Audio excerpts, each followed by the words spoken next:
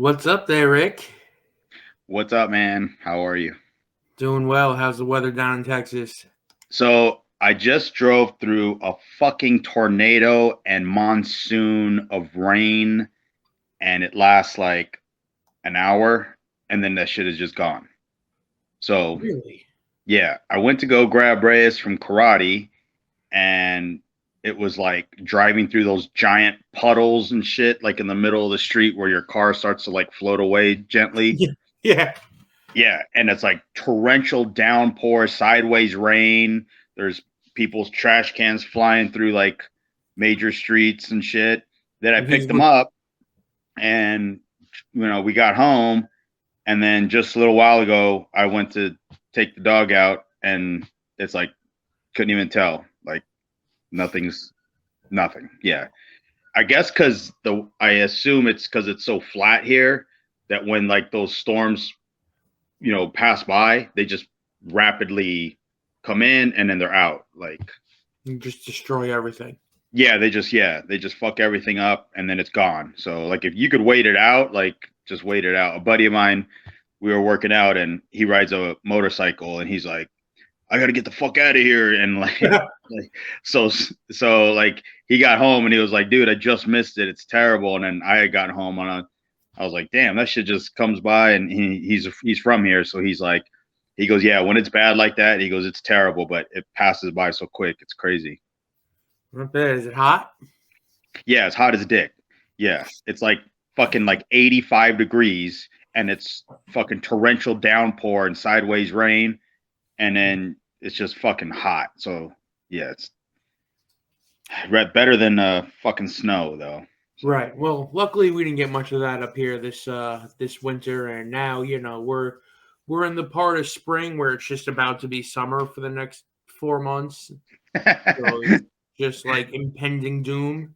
Right. Yeah. So that's coming up. But there's the weather report. We're 2 minutes and 30 seconds in. I'd like to welcome everybody to episode 3 of Podfluxxx. I am K Fresh Kevin Fulton, and of course with me, the Cuban crippler Ricky Reyes, and we just got the weather report. We know Reyes is kicking ass in karate.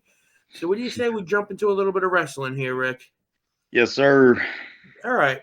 I got a few things that I would like to talk about tonight. So I want to get started with our good old friends, Uncle Dave and cousin Bryan Alvarez.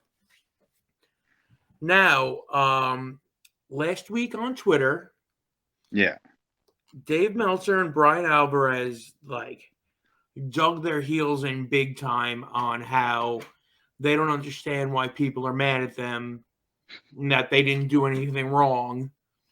And Bryan Alvarez went on like a 2 or 3 minute rant that I came across on Twitter, basically saying that people have been saying things about him that are not true, are saying that he said things that he didn't say, and it's been going on for weeks, and he's really, really, really upset about it. Enough to be, outwardly angry, which to me was like, if you change a couple of weeks to a couple of months, and you change Bryan Alvarez to CM Punk, right? Why is Bryan Alvarez right, but CM Punk was wrong? Oh, yeah, I saw that, and I don't even know, like, I don't even know what to say, because, like, isn't that what they do when they're quote unquote reporting things that isn't full? Like they're getting at best secondhand information, right? Right, at best. At best, secondhand. Like maybe someone that was in the room is telling Uncle Dave, and then these nerds are like, here's what's happening. Here's what's happening. How do you know that again? Because someone with their own agenda is reporting it, it's telling you, and then you're quote unquote reporting it. Like I'm so like, well, you know me, like I'm not a big social media like person to begin with. And it does bother me as much as it bothers other people that they quote unquote report stuff, or they give ratings, or they tell the audience, the wrestling fans, what's good and what's bad. Right. But they're saying it in a way where people believe it as it's quote unquote reported, or as if it's a news headline, because they said something. These two nerds that couldn't wrestle their way out of a wet paper bag with scissors in their hands are going to tell wrestling fans, this wrestling is bad, this wrestling is amazing, and these guys are great. And it's like, says who and how and why? What makes, the handful of independent promotions that they like so much better than WWE that just sold for $3.3 billion over their value? Right. Like, who's again, like, who are we gonna listen to? I came across this clip the other day of Alvarez on Twitter, right? And he was talking about I don't know the two ladies' names, but this women's match in NXT when he was like, and this is almost verbatim. He was like, they're good gymnasts, but I'm not looking for gymnastics in my wrestling. I'm looking for fucking wrestling in wrestling, not gymnastics. It was a good gymnastics routine, but it wasn't good wrestling. And I almost fucking threw my phone out the window. What? Right? What? Right? Of all fucking people. And then they turn around and they give El Hijo de Vikingo and what's his nuts, Kenny Omega, 940 stars. Suddenly we're rating TV matches. Yep. It's just mind-blowing, but it's crazy how these guys can skew wrestling fans' perception and tell them, well, this is what you're supposed to like. Right. And then it leads to, like, I don't know how much time you spend on Twitter in the wrestling space.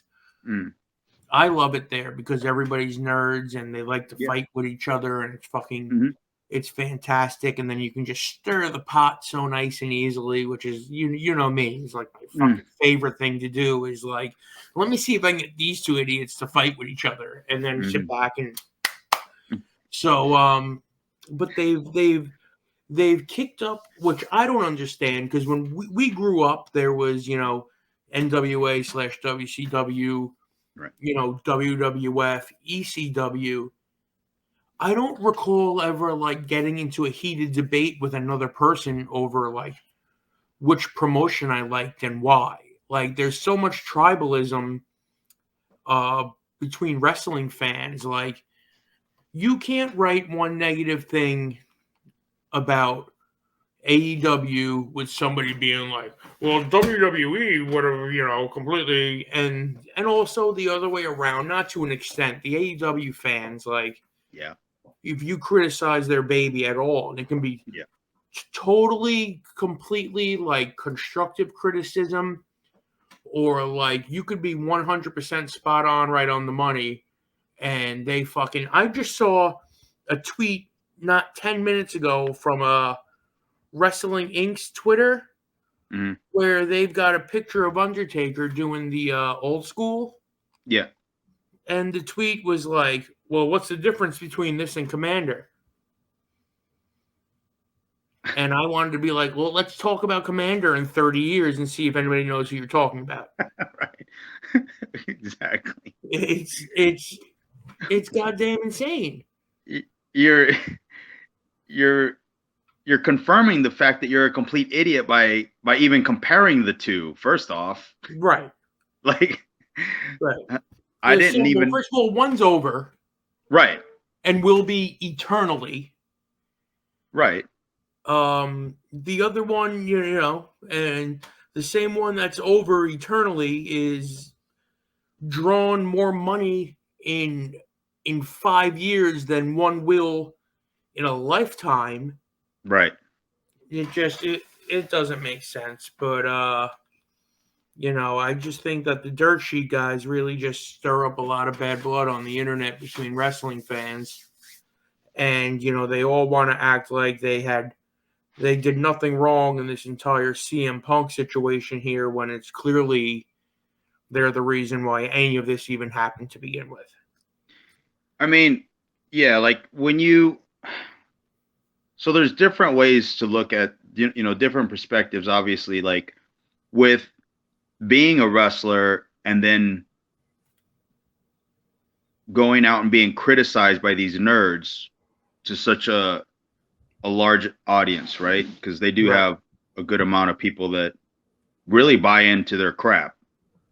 I remember when I started with Ring of Honor, Dave was not a fan of mine, and not that it really bothered me, but I remember once in a while coming across something where he would criticize, oh, well, Ricky Reyes, when Rocky moved to Mexico, I started, they didn't really know what to do with me in Ring of Honor for a short time before I started teaming with Homicide. So I was just doing singles matches. I had good heat and I could get guys over.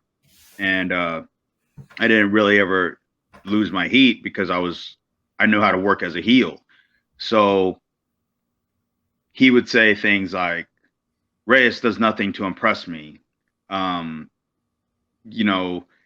This was a decent match, a decent opener, as if, kind of trying to take like it was like a backhanded compliment, It was okay for match 2.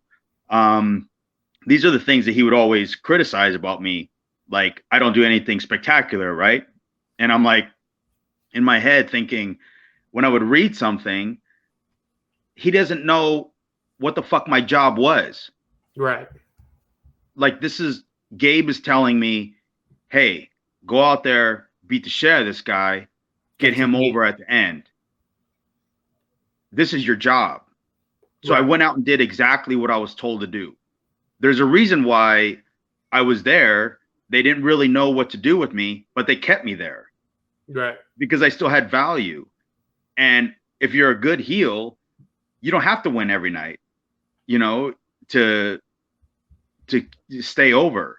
I didn't want the crowd to like me. I didn't want to do cool moves. Because if I do all the fucking cool moves, what's the babyface going to do?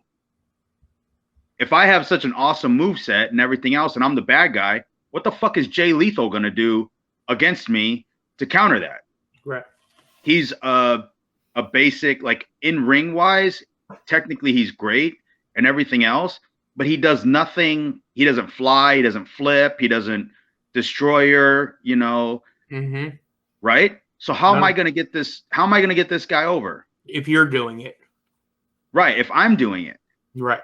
I have to beat him up and then make it to where he does a comeback and hits a flurry of his stuff, and then he beats me and everyone's happy.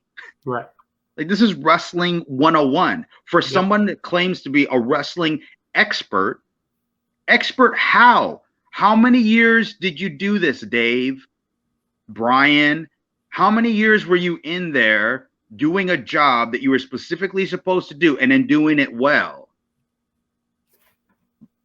Right. Exactly.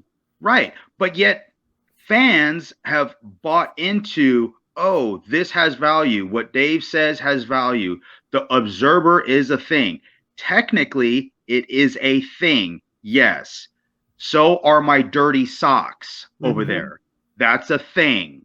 Okay. How much value do those have compared to the Observer? They have the exact same amount. 0. It's your own opinion, but they write it like it's fact, like it's a statement. Correct. Like this is it. Yep. A declarative statement. Wrestling bad, wrestling good. Right.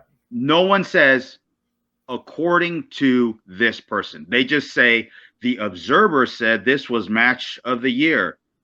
And then what? And then nothing. $3.3 billion over your value. Did you get that? No? Right. Okay. Well, then I really don't care what they say. and it's more annoying when they're getting, of course, like I said, at best, secondhand knowledge of what he said, she said situations where they weren't even in the room or anywhere. Right. Like the guys that were in that room and whatever the fuck happened are the only people that can tell that story, you know? And it's just, it annoys the shit out of me. I mean, we've always talked about it. You know, I don't know how many times we'd sit around talking about it, but it is ad nauseum. Yeah, right. It's like, I don't know. It's that takes a while too for like younger wrestlers. It takes a while to learn to turn that off because we work so hard at what we do. And at the end of the day, really, we just want someone to say, hey man, you did a good job. Someone of value, right? So when the promoter says it, you feel great. When the guys that in the back, like, hell yeah, thanks, man. Or even your opponent, right? Yep. That's the best. But that lasts for that day. Mm-hmm. Then you read this shit for the next 5-6 days before your next match, right? Right. So this kind of this stings a little bit more because you and I shared that moment and we knew what we did, but the outside didn't. Right. And they're the ones that are going to jump and harp all over the fact that we didn't do 97 Canadian destroyers and now our match isn't as many stars as it should be. Right. So it just kind of, it takes a while to numb yourself to it, you know, before you can say, oh, I don't care what they say. And it really does, because for a long time I worried about it. I mean, it kind of helped motivate me to get up every day to try to get better. It never really changed me in the ring because, you know, like when you have a job and you have a story and everything else, you know what you need to do to do that. And it doesn't always result in doing cool moves, you know. But again, going back to those idiots, like it bothers me that they have so many people that willingly follow them there and live off their every statement, you know, and every opinion that, you know, and take it as you know, take it as set in stone, the hard and fast truth. Right. Correct. Dave Meltzer said, well, you know what? Dave Meltzer wasn't there. Yeah, yeah. He was not there. He knows nothing. He's knowing what someone maybe you know, had their own opinion and gave it to him, and then he's touching more on that opinion. So now it's, you know what drives me nuts? I'll see. I'm like, I guess I don't know, some type of like glutton for punishment, but like I hate follow Dave on Twitter. Mm-hmm. Right? Just to see if I'm going to try and, you know, just to make myself angry. It's weird. But he'll be like, anybody have reviews on tonight's house show in fucking Kenosha? Right. Right? Yeah. Yeah. And then somebody will send him an email, and then he'll turn around and write what's in that fucking email. Yep. You know, they could have been like, yeah, then Bray Wyatt came up from underneath the ring and shit fell from the ceiling. Yeah. And he's going to print it? Yep. Yep. And it's fact. It's fact. Right. Right. Where's the journalistic integrity in reporting on something that you weren't even in the fucking building for? No. How are you going to tell me what somebody's pop sounded like on television when you watched it on television just like I did? Right. Yeah. It's mind-blowing. And then people, the thing that pisses me off the most is people pay money for it, because he'll always be like, well, if you subscribed, you'd know that I actually said this about CM Punk. Oh, okay. Yeah. You said something nice about CM Punk in the letter that I'm supposed to pay $10 for, but on this free forum on Twitter, where you're speaking to 100 times the audience of people that send you $250 a month, right, you're fucking burying him. Right. You're burying this one. You're burying that one. Yeah. And then he wants to go, I don't understand what I did wrong. Why is everybody mad at me? Right. I understand autism's a thing, and he more than likely has it. Mm-hmm. Like, and he's like, you can listen to just the way he speaks, and like he's definitely socially awkward. Like, the man has got some setbacks. Right. You ever see him smile with his tongue hanging out of his mouth like fucking Venom? Like, there's something wrong with the guy. And I get it. But you know what? Don't pretend to be fucking, Ed Asner in Mary Tyler Moore. You know what I mean? You're not Tom Brokaw. Yeah. I just, like exactly. There was like a picture that went around. It was after a PWG show. He was there and he went to the hotel room of somebody. And there's a picture of him, Ricochet, the Bucks, a couple other, maybe Adam Cole, a couple other of those guys, like the guys that he loves. And they're like sitting around talking, and that kind of just said it all to me right there. Like, he just wants to be with the cool kids. Yeah. He really does. And, AEW came along and all the cool kids signed up for it. And he was, oh, this is it. This is, These guys will like me if I put them over. Right. So let me help you while you help me. And I think I'm in the clique. And, it was like to me, when I saw that picture, I felt sorry for him. Right. Because I'm like, here's a grown ass man that used to just report what was happening or what he had heard that was happening. Now he starts throwing his opinion around like it has so much weight with anybody that really knows wrestling knows he's full of shit. Yep. And we all know that his headlines basically are the clickbait. So you want to read more. I get it. He's, but now it's like, I think he's done it for so long. Like, he's gone crazy to where he really believes his own hype. Like, he's under this impression where, well, if I report it, it's, it's done. It's out in the universe. People will know.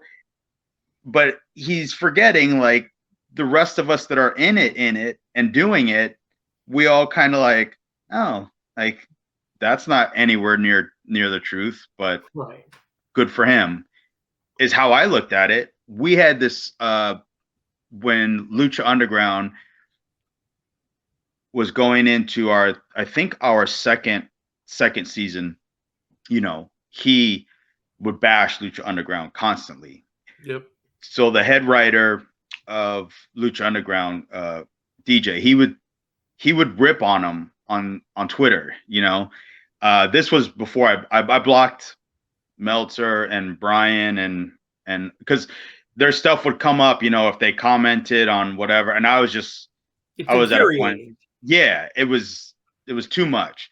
So this was before I had blocked him, and he had said something about like next season Lucha Underground is going to be like people are coming from space and Martians and I'm like, what is he saying, right? Somebody fed him bullshit. Yeah, somebody. Yeah, so we had a leak. Then we found out who it was. I didn't, but the office did, because I remember DJ telling me because he's sent a little meme of like a Martian or something, and he says, "Oh, you're so right," and it had like a little and so I was laughing about it, and I remember talking to DJ and saying, "What is this idiot talking about?" And he was like, "Well, we fed some stuff to a group of people, and we're narrowing down who it is that is telling them stuff, because we were a television." Right. Series. You were a totally different property than just a wrestling show. We weren't a wrestling company, right?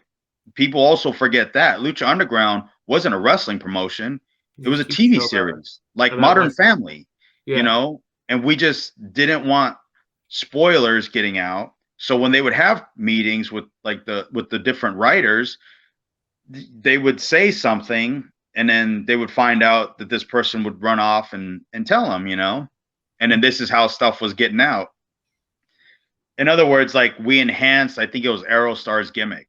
So we enhanced everyone's gimmick throughout the series, every season, like Drago, became stronger and, got these giant wings and whatever. But it's a TV series. The wrestling fans made it a wrestling company because they were fantasy booking. And we were in that category of pro wrestling. So they looked at us like a wrestling company.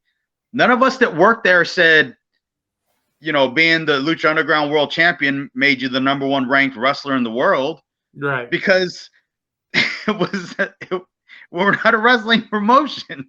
Like, and it didn't, you know what I mean? It was just,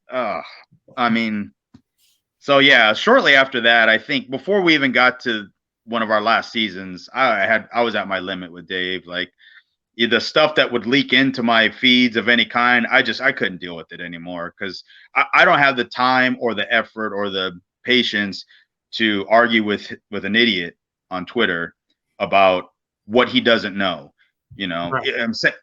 Similar, Cornette kind of fell in that category as far as like him hating Lucha Underground and everything else. And he's like, well, why aren't they selling tickets and blah, blah, blah. It's like, because we're worried about getting sponsorships through commercials. Yeah. Like, the TV network doesn't take Family Guy on house show loops. Like, do you understand that?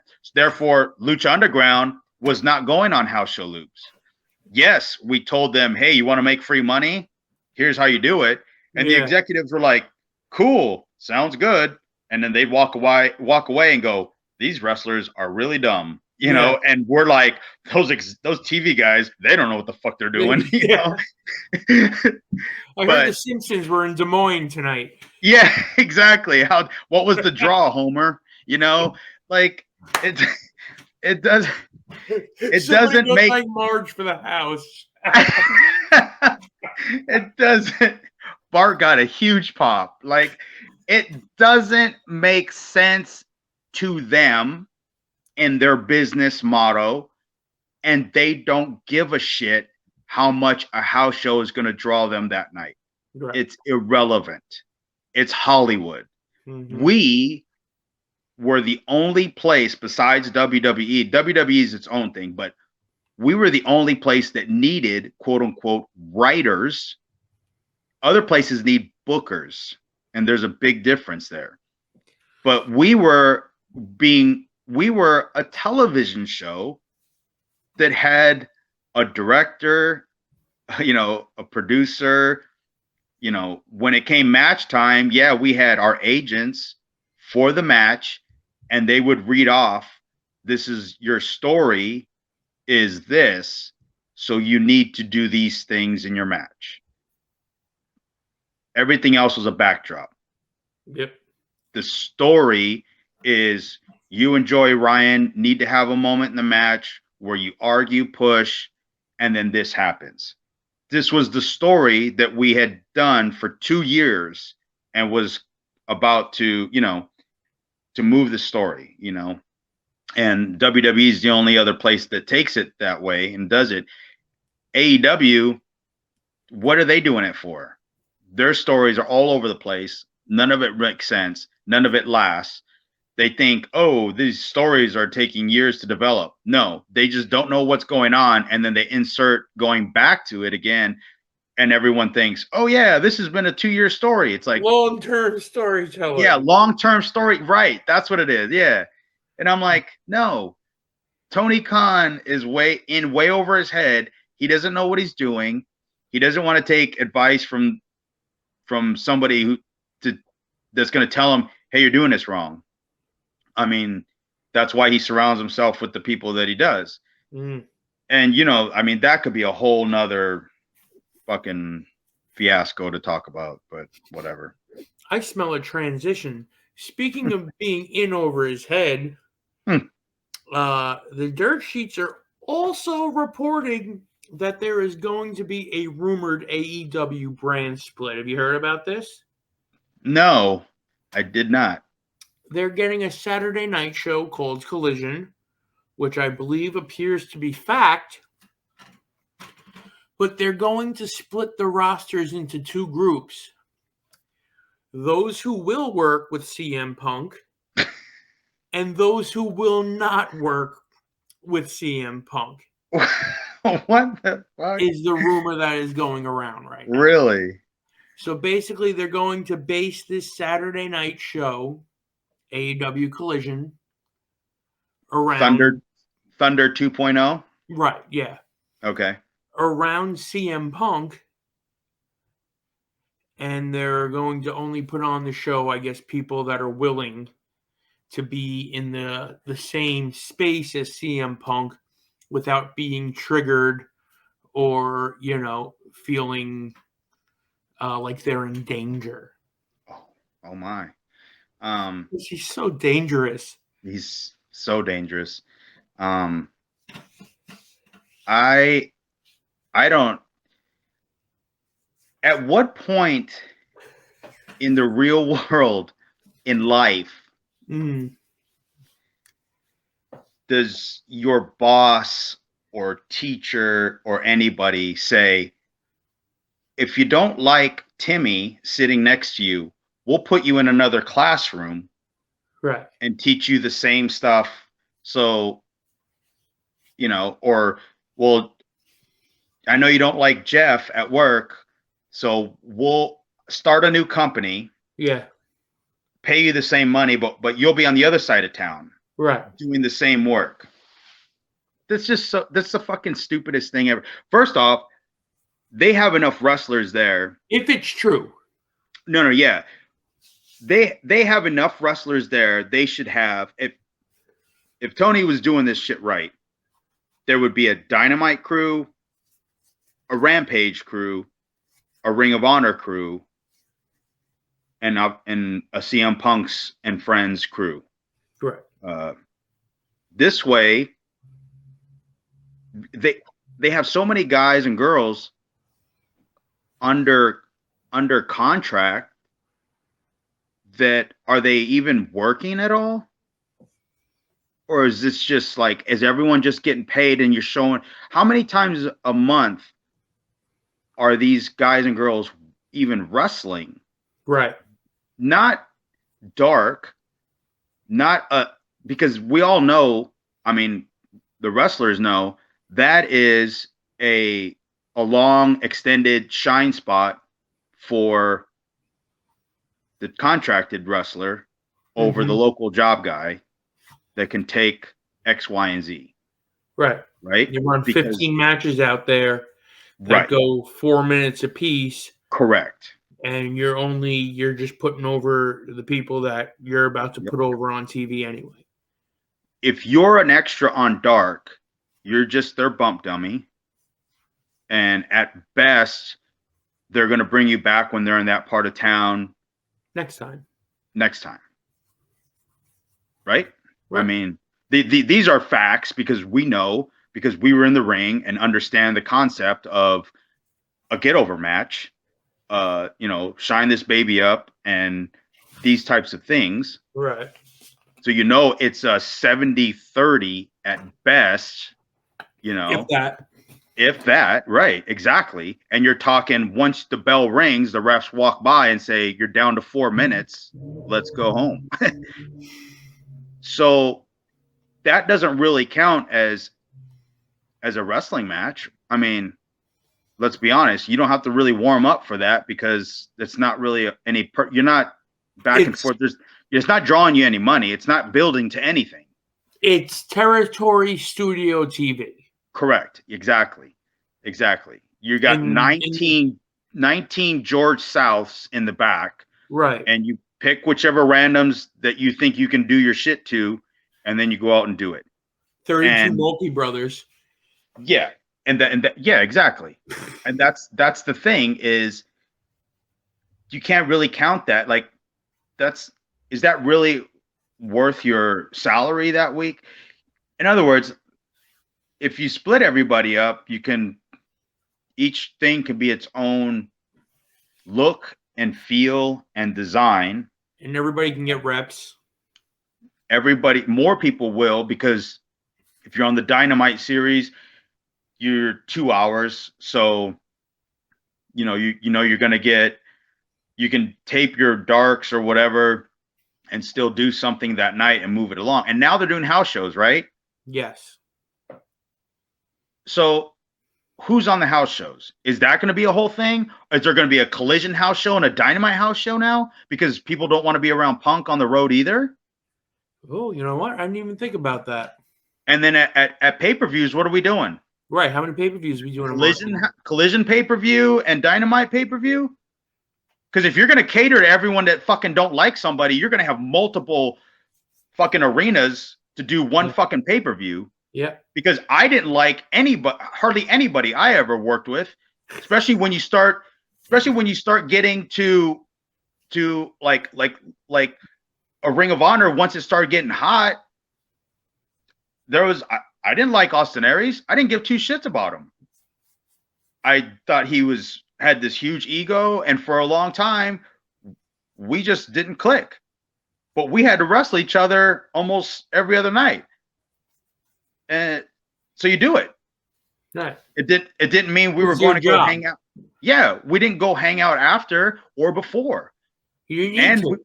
And we lived fucking 25 minutes apart from each other. So half the time we're getting on the plane sitting next to each other. Who cares? Like, this is the most ridiculous thing to hear that they would split up another show and then say, well, Punk and friends can go to the left, and then Moxley and the guys can go to the right. You know, if this really is the case, I can't wait to see what the spin is going to be from Uncle Dave and cousin Bryan when they're crushing them when the CM Punk show is crushing in the ratings on a Saturday night, right, compared to primetime television during the week for Dynamite. Because we all know that Punk's going to make everything make sense. Mm-hmm. And everything will be building to something that's going to be worth watching and a payoff. Right. And so, then, go ahead. Then the other side will have what they've continued to have. Right. Spots. With spots, correct. That's it. What I'm wondering, if this really is the case, I guess we're not going to get CM Punk and FTR versus the Elite. Not looking that way.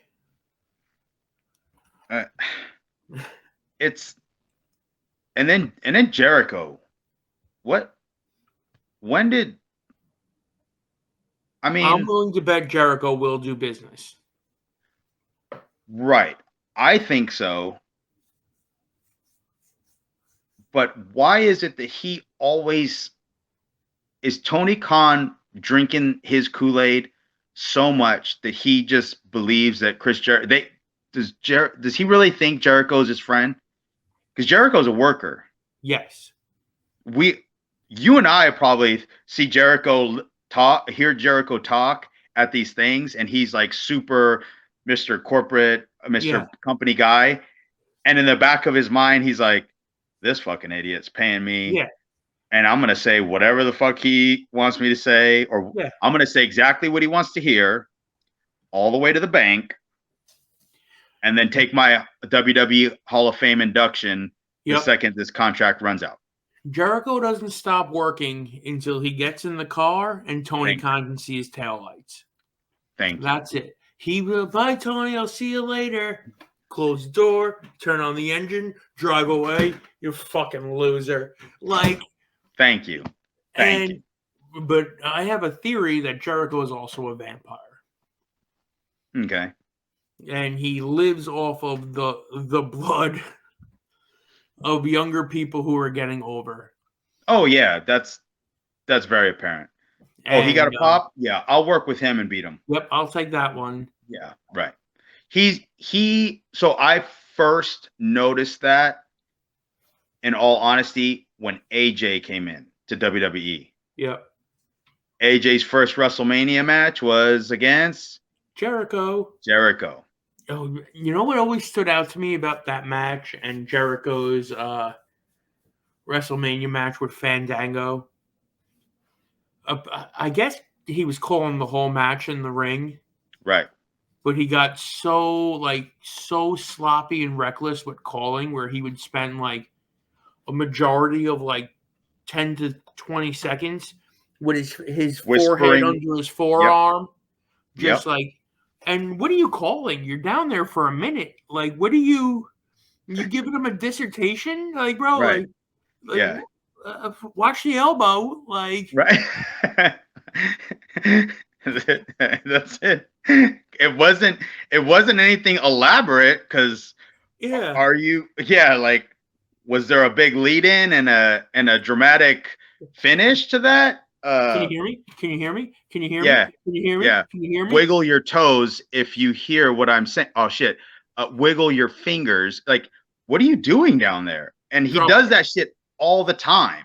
Yeah. All the time. It's terrible. It's awful. It is. It's awful. But I noticed it with AJ, and then I noticed how much that wasn't AJ Styles' match. Oh yeah. While it was no. happening. So Right. I was like, man, Jericho is just calling all this shit right out there in the ring in front of God and everybody, and AJ's just going along with it because he's a good dude. Oh yeah, I could hear it now in the back. All right, kid, here's how it's done at WrestleMania. Yeah, I'll Make get sure you you through follow. this one. Yeah. Make sure you follow closely. Got it, kid? And AJ sitting there, hopefully in a New Japan tracksuit, like, I could do this shit in my sleep. Yeah. You're telling me to follow you.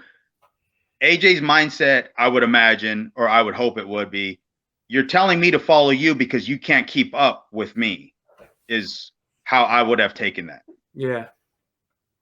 Because he knows that he's fucking 10 steps ahead. Right. But you know what?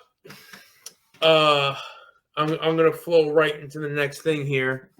Just because you said New Japan tracksuit. I'm tired of talking about Dave Meltzer. Thank God. American promotions, when they bring in international stars, I feel like a lot of them don't know what to do with who they brought in, or don't actually know what they got, or don't understand their audience's perception of who these people are. And like what I mean like that, like when WWE brought in AJ, okay? Obviously AJ was an American star here with TNA, but then he went to New Japan and he was a big star in New Japan, and they brought him here and he was a big star here for WWE. Now, when they brought in Nakamura, who was a big star for New Japan for 15, however many years. Yeah. They pushed him hard in NXT, but as soon as they brought him to the main roster, I felt like it was a fumble. And I felt like they did the same thing with Asuka.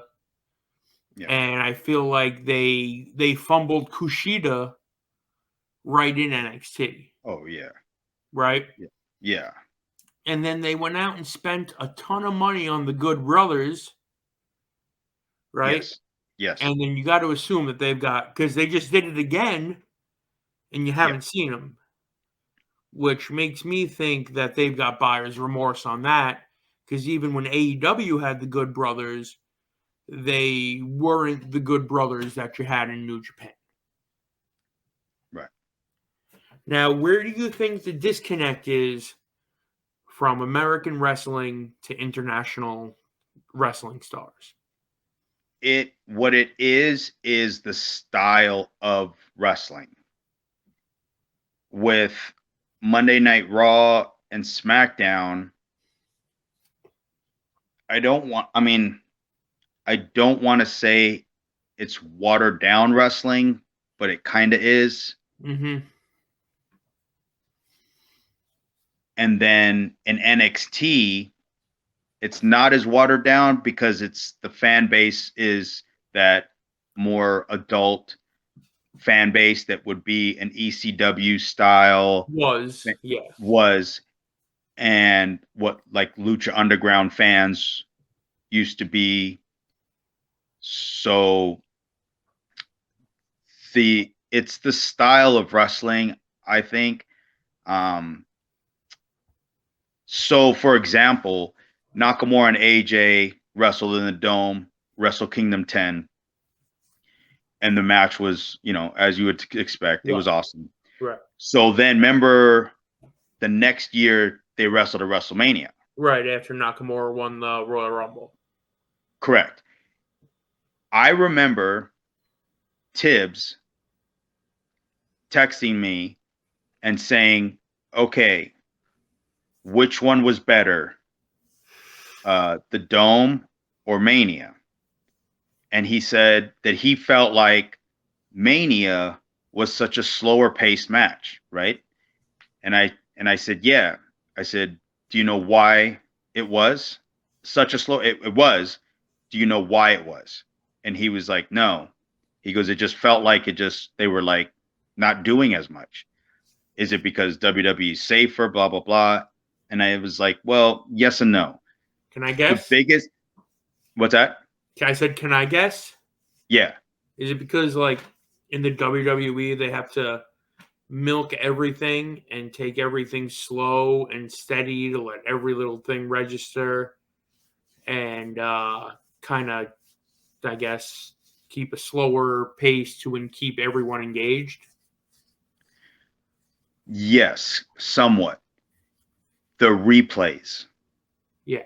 In WWE, they replay. I never even thought of that. Everything. Right. When you watch that match, every time they did spectacular things all throughout it, watch the ref walk over to them and say, stay down, we're on a replay. And then they'll replay and replay from 90 different angles because there's only 47,000 cameras in WrestleMania. So that slowed everything down. So then the crowd sees the big move, right? They see the big move, they go up. Then the replay is being shown. Now, it's not like they hit the big move, boom, oh shit. They go for that big cover, 1, 2, that big kick, and they're like, what the fuck? They get up, that's it, it's over, motherfucker. Grab them, pick them up, dip behind, turn around, duck one, catch one, fuck you, 1, 2, oh, and then the dramatic, oh shit, Right. like this is crazy. You referee Uno jumping up and down, like what the fuck, you can't do that. You did a spectacular move. Let's watch it from this side. Corey Graves hits a cute line on this side. Michael Cole mispronounces 7 words in his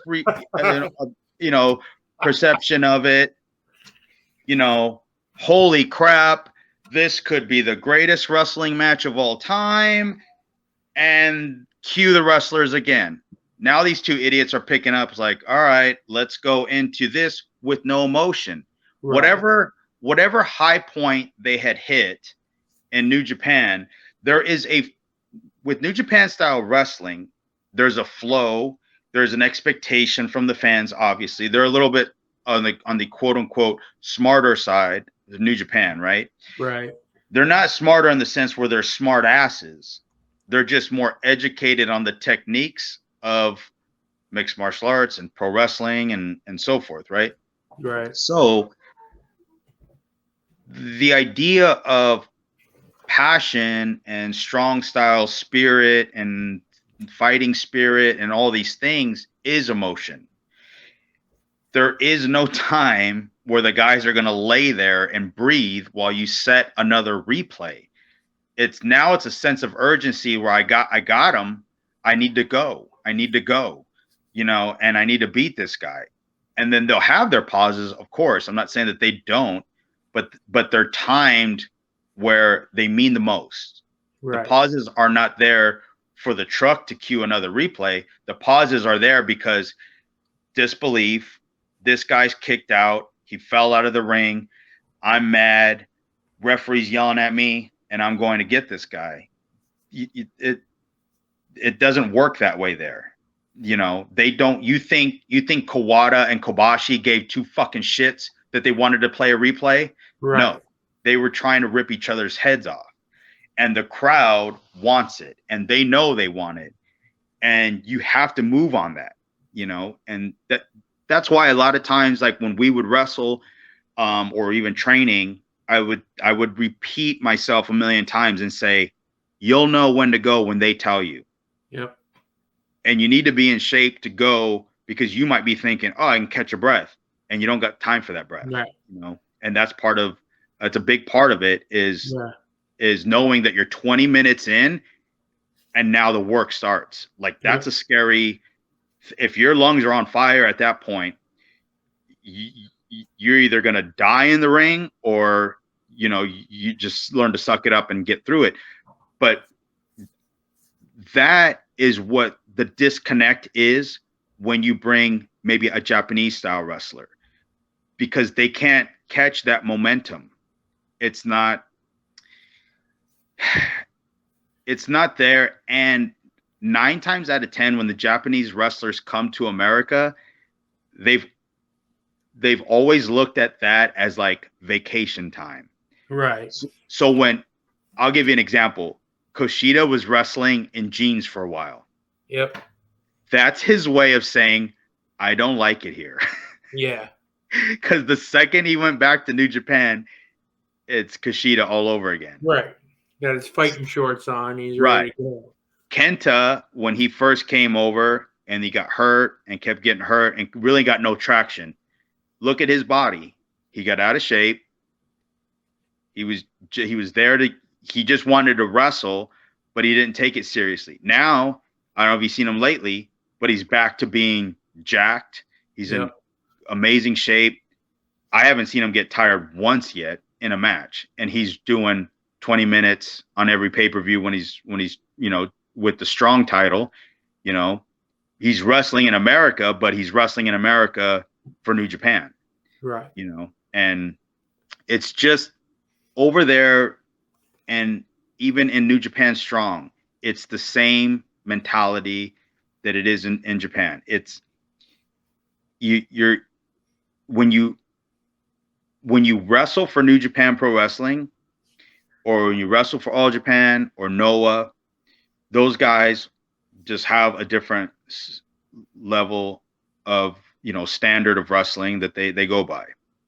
And it's a very sink or swim situation. If you're an ex-WWE guy and you're coming in here, here's your test. You know, you're either going to do it or you're not.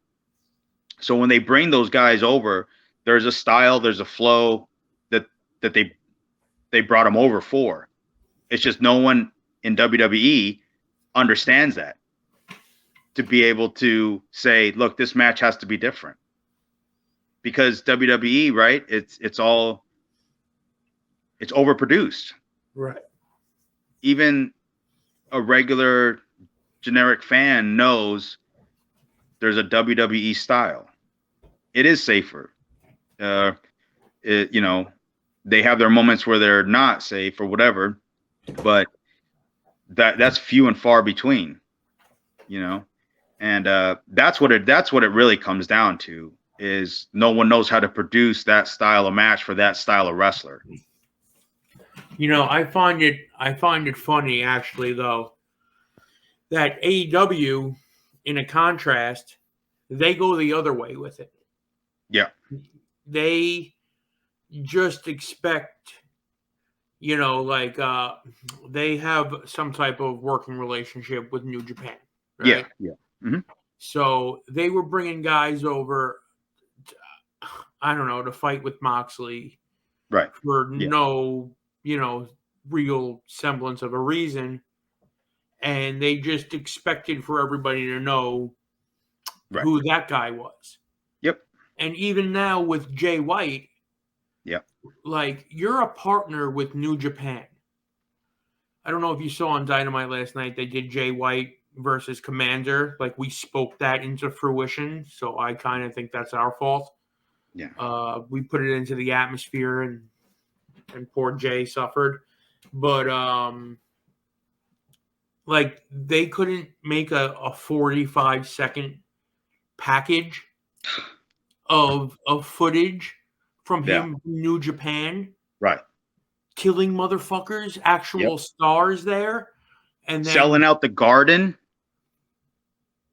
And then put him in the ring with, like you said, ham sandwich number 1. Yeah. And let him kill somebody. They got to put him out there for 12 minutes in a competitive match with a guy who bounced up and down on the ropes for 3 times while Jay White held his arm up in the air, because what else was he supposed to do? So it's like over there, it's like overvaluing what your audience exactly thinks, or what it's overestimating your audience's knowledge of who these guys are and where they came from. Over there, it is exactly that. It's the exact opposite. It's, you think that they're too knowledgeable, right?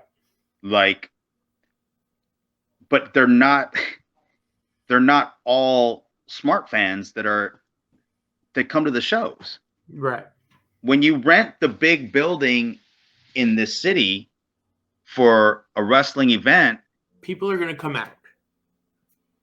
Wrestling WWE fans are going to come check it out because it's new, and it's maybe they're WWE fans and they're like, oh, it's that new place, I'm going to go check it out.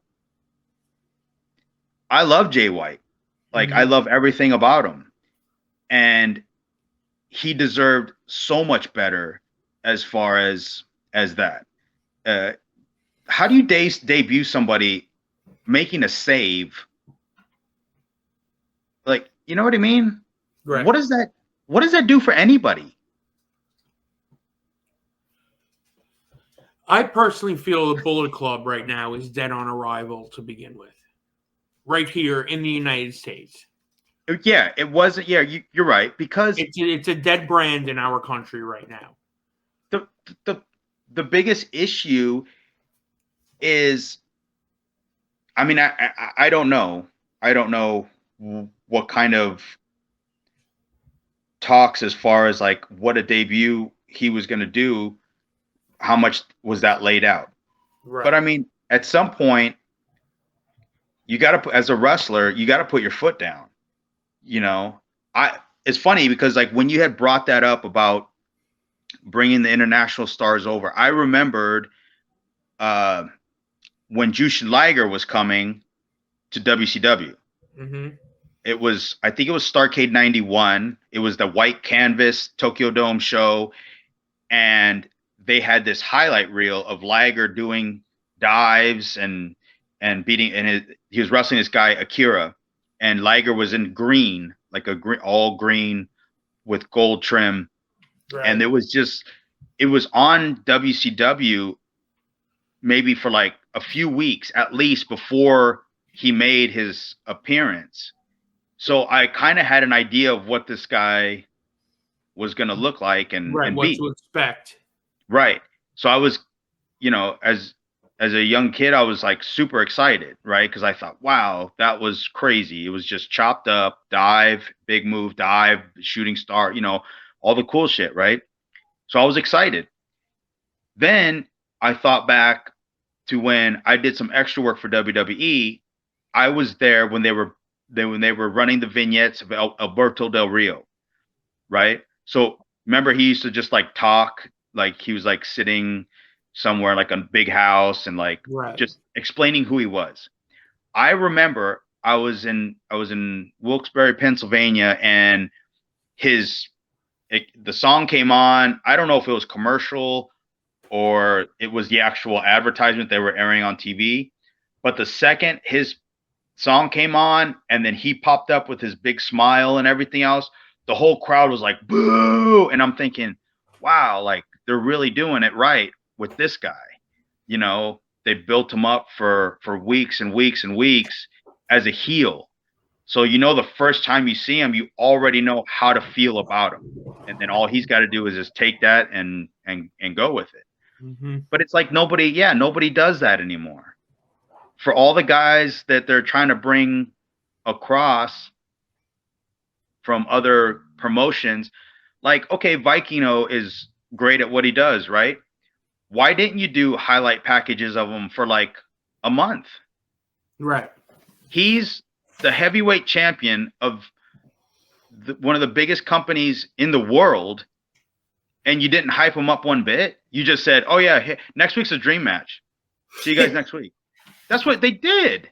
Yeah, it's legit. I was going to say the same thing. That's why I laughed, because it was whose dream match? I didn't even know who he was. Yeah, whose dream match? I mean, I've heard of him. I know who he is, but like as a casual AEW wrestling fan that tunes in for a little bit on Wednesdays, how do you expect them to know? Whose dream, motherfucker? Right. Tony's dream? Okay. Tony's dream is Shad's nightmare, I'll tell you that much. It doesn't make any fucking sense. I couldn't have been any more. I feel bad, and I wonder myself. I ask myself, do they not speak up? Like, are they afraid of like? Well, I don't. I just want to be a team player. Like, hey, I get that because I was a team player for a long time before I started telling you guys, yeah, who gives a fuck what someone tells you how long to go? Fucking tear the house down. Right. And then they'll move you up the card whether they like it or not. You also taught us, though, that the phrase, okay, but what if exists. Right. But like, again, going back to the Jay White thing. When they started going back to Japan, so he was doing the strong, when they lifted the restrictions and he decided that he was going to go back to Japan, they re-debuted him. Not re-debuted, but they brought him back with him coming basically to take what he felt was his. This was the story that they told with his walk down this long ass ramp. I'll never forget it because I was like, dude, that was the most badass walk I've ever seen. Because Okada had he beat somebody. He was in the ring. He hit his pose. Then the slice happened. The lights were out. His music hit. The fucking crowd was like, oh shit. And this man walked like he was walking through hell and was going to get to the end of that road no matter what. And I was like, dude, I was excited. I've seen Jay White versus Okada. And I was excited for this Jay White. I was like, man, he's coming with some serious it was a serious chip on his shoulder, and that they could have did something like that or something similar to that after hyping him up. Then it could have been tippy top guy in the ring talking trash. Could have been Bryan Danielson. I'm the best wrestler here. Here comes the slice, lights out, Jay White, Juice right behind him, come down, and he could be like, immediately, like, you're the best wrestler in the world? I sold out Madison Square Garden as the heavyweight champion, blah, blah, blah, whatever. I mean, I don't know. They fumbled the ball. As usual, AEW fumbled huge on big money talent that could make them bigger money if they did it right. It's fucking stupid. Well, he'll be off. He'll be on TV for another week or two. Yep. He'll do a job for Orange Cassidy. Yes. And then we won't see him for 6 months, and then he'll be back on TV intermittently. So, do a couple of AEW darks and buy a boat with all that extra money he's getting. So fuck it. All that extra money and time. Yeah.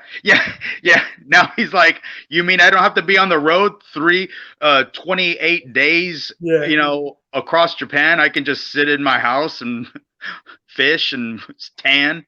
He didn't take a job there. He took a pension package. Basically, right. Yeah. And then he'll just go back to New Japan when the fire's lit under his ass again. It's like, all right, well, let me go back to work. Yep. Whatever. I can't with those guys. So bad. You know what? This seems like as good a spot as any. Let you go cool off for a little bit. Maybe go take a cold shower or something. But this was a good one, I think. Yeah. This Yeah. is, We've talked about nerds. mm-hmm. We talked about the cokehead that's fucking up our business. Mm-hmm. Mm-hmm. We got a lot done today. Yeah. Feel good. We're hitting our stride here, bro. I'm feeling it, man. Yeah, I had nothing this week. Yeah. Yeah, I had nothing. Yeah. So I'm glad that you had something, because I was like, this could be really bad. Yeah. Like more bad than normal bad. Like, yeah. It was a pretty good amount of bad, I think. Yeah. We did great bad tonight. I was thinking, just so you know, we're still on. Oh, I know.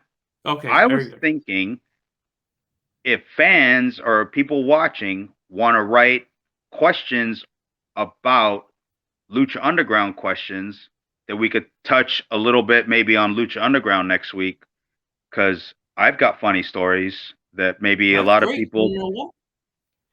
I've got some questions about Lucha Underground myself. I never really got around to asking you. So fair enough. Let's do it.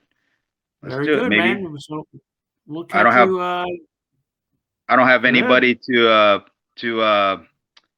suck up to or be buddies with anymore. So some people might be sweating it with some stuff I might have to say. There you go. Let's let it fly. Let's let it all hang out. Yeah. All right. All right, man. This has been Podfluxxx episode number 3. Rick, you have a good one, bro. All right, man. You too.